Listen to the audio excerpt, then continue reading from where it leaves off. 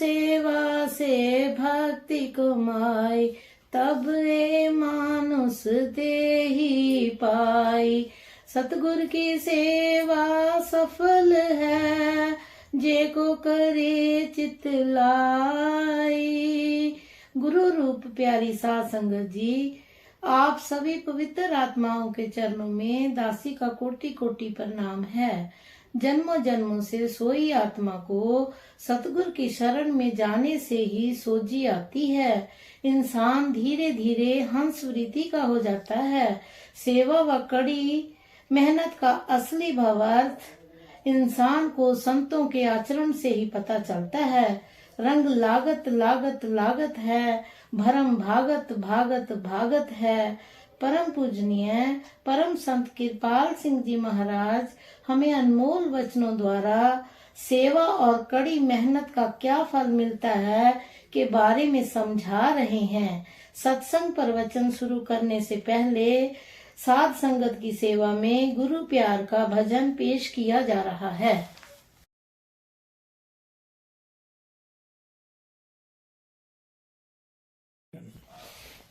सोचो जरा करो मन में विचार, मानव जन्म नहीं हर बार।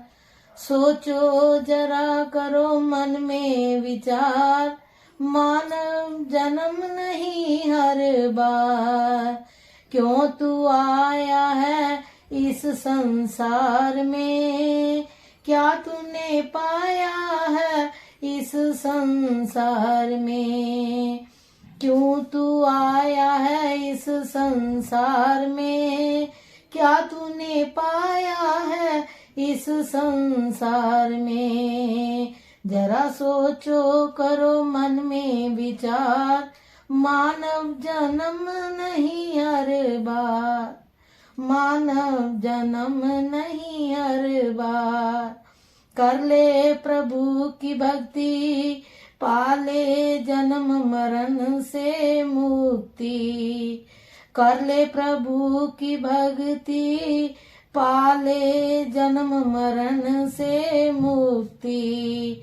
माया के चक्कर में तूने सारी लगा दी शक्ति।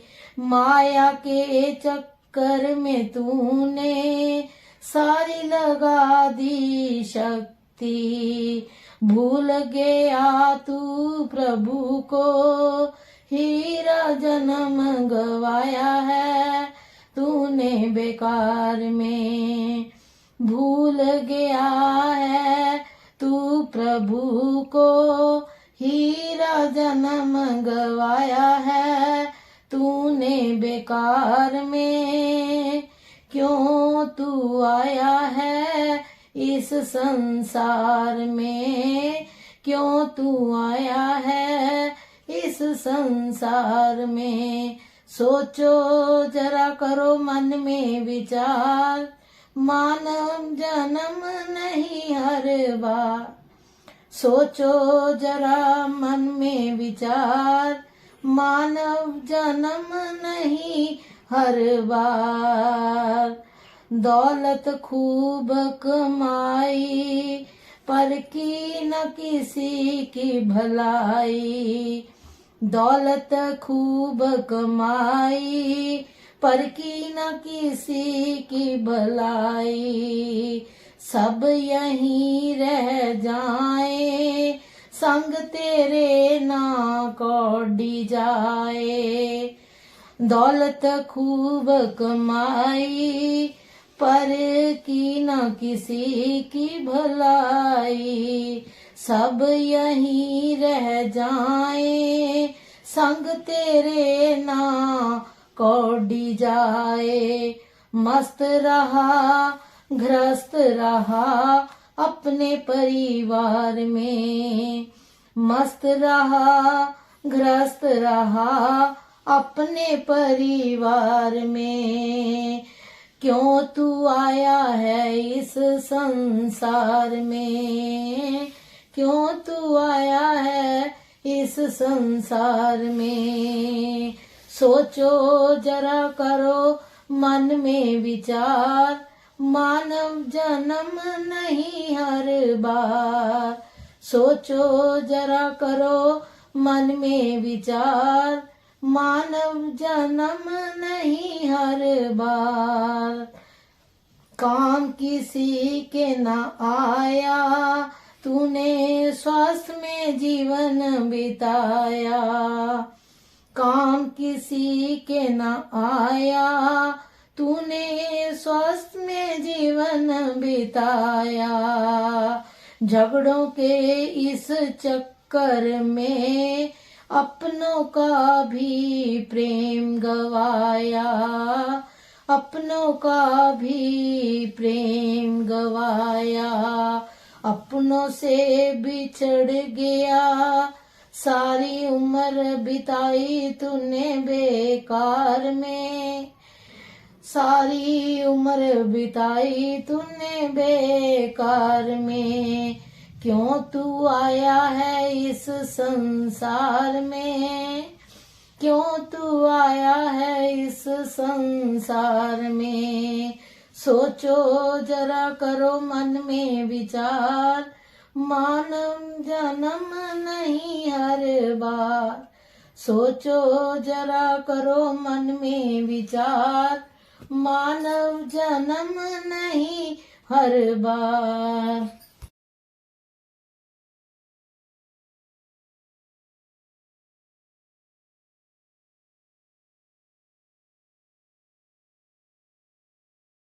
गुरु रूप प्यारी साध संगत जी, परम पूज्य परम संत कृपाल सिंह जी महाराज जी प्रातः काल के प्रवचनों में हमें समझा रहे हैं, अगर आप किसी को कुछ देते हैं और बदले में कुछ लेने की आशा नहीं रखते तो वह हमेशा सेवा फलीभूत होगी, अर्थात मालिक की दरगाह में कबूल होगी। सेवा निष्काम तथा निस्वार्थ होनी चाहिए। भूखे नंगों को दो, यतीम बेवाओं को दो जिनका कोई सहारा नहीं, ऐसे गरीबों को दो जो मरते मर जाएंगे पर किसी के आगे हाथ नहीं फैलाएंगे। आमतौर पर लोग ऐसी जगह रुपया देते हैं जहां बड़े बड़े खाते खुले हुए हैं, जिनमें लाखों रुपया गरीबों मोहताजों के नाम पर जमा पड़ा है। रुपया वहां सिर्फ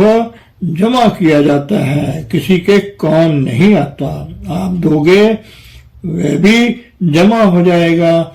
ऐसी जगह दो जहां वह रुपया गरीबों मोहताजों के भूखों नंगों के काम आए, ऐसे बेसहारा लोगों के काम आए जिन्हें मांगते हुए लाज आती है। ऐसे लोग साधु संतों के पास आकर अपना दुखड़ा रोते हैं। वहां रुपया दोगे तो वह उन लोगों के काम आएगा जो सचमुच जरूरतमंद हैं। गरीबों मोहताजों को देना वास्तव में अपने लिए धन जमा करना है। दशम गुरु श्री गुरु गोविंद सिंह जी महाराज ने फरमाया, दूसरों के मुंह में रोटी डालकर मुझे बहुत खुशी होती है। लगता है जैसे मैं अपने मुंह में रोटी डाल रहा हूँ।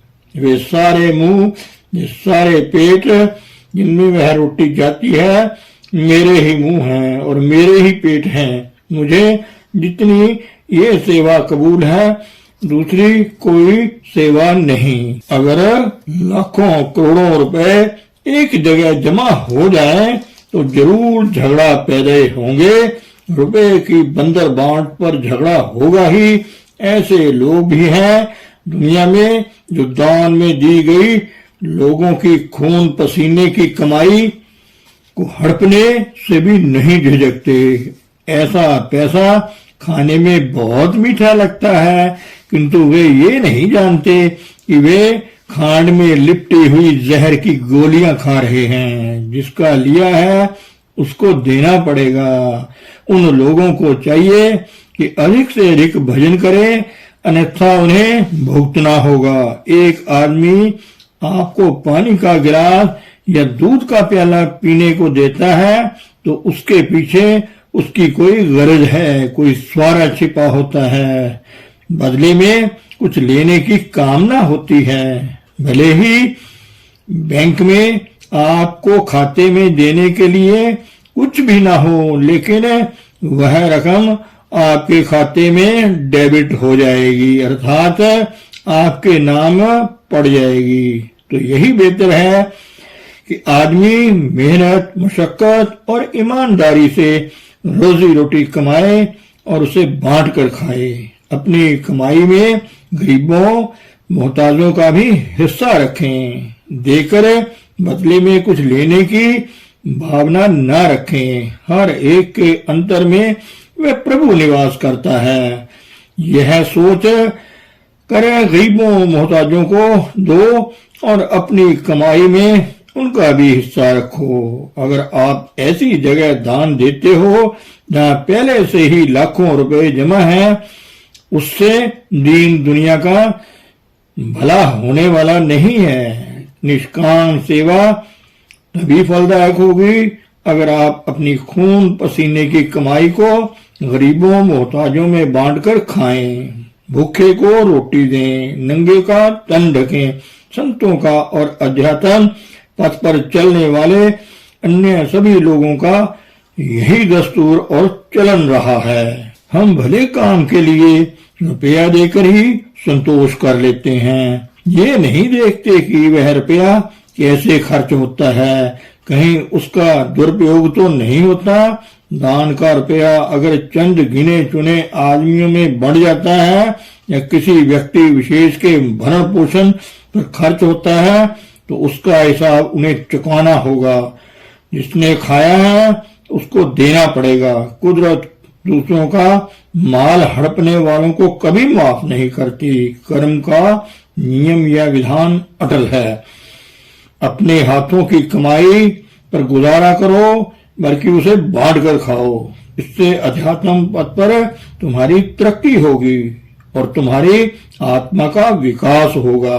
उसका दायरा तुम्हारी व्यक्तिगत मैं से हम की ओर बढ़ेगा। सो भूखे, नंगे, मोहताजों को, अनाथों और विधवाओं को दो जिनका कोई सहारा नहीं, या फिर किसी नेक काम के लिए या सत्संग की व्यवस्था के लिए दो, जहाँ परमार्थाभिलाषियों को आत्मा अनुभव और प्रभु को पाने का रास्ता मिलता है। संतों की ये सेवा का यही आदर्श हमारे सामने रखा है कि नेक पाक तरीके से रोजी कमाओ और अपनी कमाई का कुछ हिस्सा थोड़ा ही सही गरीब मोहताजों को दो।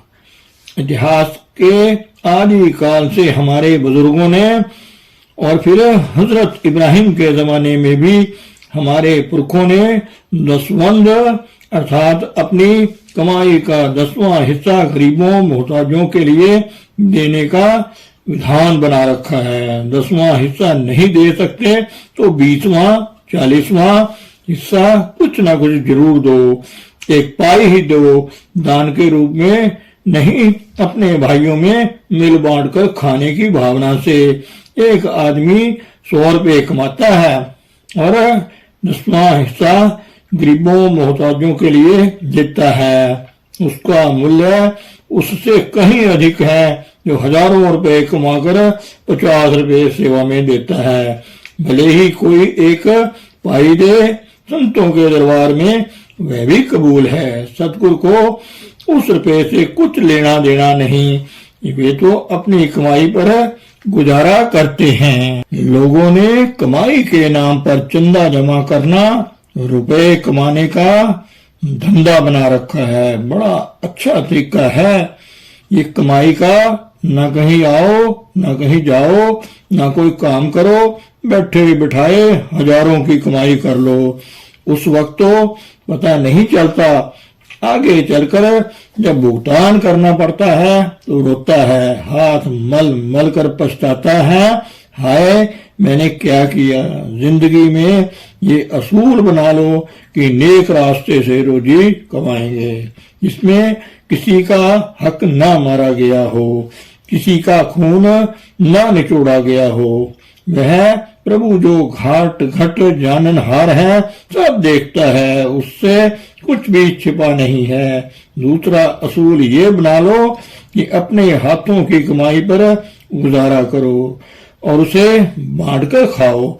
अपनी कमाई में दूसरों का भी हिस्सा रखो। एक मिसाल है, आप किश्ती चला रहे हो और किश्ती में सुराख हो जाए और उसमें पानी भरने लगे तो क्या करोगे? दोनों हाथों से पानी बाहर निकालोगे कि नहीं?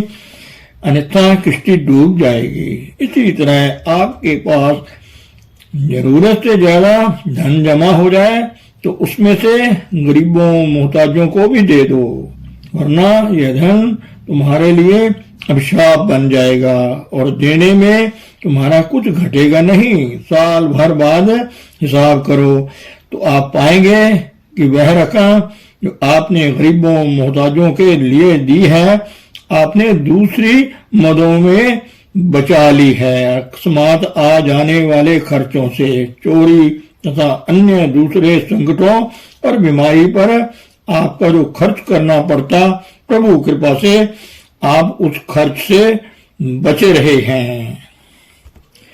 हमारे हजूर परम संत बाबा सावन सिंह जी महाराज फरमाया करते थे, तुम दसवंध देना शुरू कर दो, साल पूरा होने पर आमदन खर्च का चिट्ठा जोड़कर देखो, तुम पाओगे कि साल भर में टूट फूट, चोरी, दुर्घटना, बीमारी वगैरह पर जो रुपया खर्च होता है वह रकम तुमने बचा ली है। बात समझे? नेक रास्ते से रोजी कमाओ। पहली बात, जिन लोगों को नाम नहीं मिला मैं उनसे सेवा नहीं लेता। उसका कारण यही है, कौन जानता है उनकी कमाई कैसी है। सेवा में जो रुपया वे दे रहे हैं वह बेईमानी से तो नहीं कमाया गया। हराम की कमाई दीक्षित की हो या अदीक्षित की हो उसका असर तो होगा। यदि दीक्षित बेईमानी से धन अर्जित करता है तो असर तो उसका भी होगा, मगर दीक्षित के कर्मों का खाता गुरु के हाथ में है, उसका जामिन गुरु है। तो पहली बात यह है, हक हलाल की नेक रास्ते की कमाई और उस कमाई में से जितना बन पड़े गरीब मोहताजों की सेवा के लिए दो, उससे तुम्हारी आत्मा का विकास होगा। जो भी बन पड़े सेवा में देने की शुरुआत करो, फिर धीरे धीरे सेवा की रकम बढ़ाते चले जाओ। हजूर महाराज बाबा सावन सिंह जी महाराज की मिसाल हमारे सामने है। शुरू में वे अपनी तनख्वाह का 10वां हिस्सा सेवा के निमित्त अपने गुरुदेव बाबा जयमल सिंह जी महाराज को भेजा करते थे। बाद में वे अपनी पूरी तनख्वाह गुरु को अर्पण करने लगे। बाबा जयमल सिंह जी उसमें से जितनी रकम उचित समझते सेवा में लगा देते, बाकी रकम बाबा सावन सिंह जी महाराज और उनके परिवार के गुजारे के लिए उन्हें वापस भेज देते। हमें तन धन मन बुद्धि और अपनी हर चीज नशवर करनी होगी। यही चीजें हैं जो हमें दुनिया से बांधे हुए हैं। इनसे आजाद हों तो हमारी आत्मा जो परमात्मा की अंश है सीधी अपने अंशी की ओर जाएगी और हम परमात्मा के बहुत करीब हो जाएंगे। महापुरुषों के जीवन में ऐसी कई मिसालें मिलती हैं। यीशु मसीह ने कहा, एक ऊंट का सुई के नक्के यानी सुराख से निकल जाना आसान है बजाय एक अमीर आदमी का प्रभु की बादशाहत में प्रवेश पाने का। उनका एक प्रसिद्ध आदेश है, अपना सब कुछ गरीबों को दे दो तब मेरे पास आओ। हम छोटी से छोटी रकम देने से शुरुआत करें, फिर धीरे धीरे सेवा की रकम बढ़ाते चले जाएं और अंत में अपना सर्वस्व प्रभु के अर्पण कर दें। संत सदगुरु जीवन के हर क्षेत्र और हर पहलू में हमारा मार्गदर्शन करते हैं। पहली बात वे हमें ये सिखाते हैं कि हमारा जीवन नेक पाक सदाचारी हो, हमारी रोजी रोटी नेक रास्ते से आए और अपनी खून पसीने की कमाई को हम गरीबों मोहताजों में बांट कर खाएं और उसके बाद दुनिया के कामकाज से समय निकालकर प्रभु का ध्यान करें। अपनी सूरत को बाहर से हटाकर अंतर में उस करण कारण प्रभु सत्ता से जोड़ें। इंसान वह है जो दूसरों के काम आए। अपने बच्चों को तो पशु भी पालते हैं। ये बातें सुनकर ही ना रह जाओ, इन्हें हृदयंगम करो, जीवन आचरण में उतारो, आपकी काया पलट जाएगी। हमारे यहाँ महीने की पहली तारीख पर लोग पूछते हैं कि उस महीने में उन्हें क्या क्या करना है। महापुरुष कहते हैं, अपने जीवन का रंग ढंग बदलो और सीधा रास्ता, सच्चाई और सदाचार का रास्ता पकड़ो, तुम सुखी रहोगे। इस महीने के लिए विशेष आदेश ये है, जैसा बोओगे वैसा फल तुम काटोगे, जो करोगे तुम भरोगे। फिर भी कोई संकट आए तो समझ लो यह पूर्वले कर्मों का फल है। जो हुआ सो हुआ। यह जो समय तुम्हारे पास है, तुम्हारे हाथ में है, इससे सदाचार का चलन अपनाओ, नेक पाक सदाचारी जीवन बनाओ।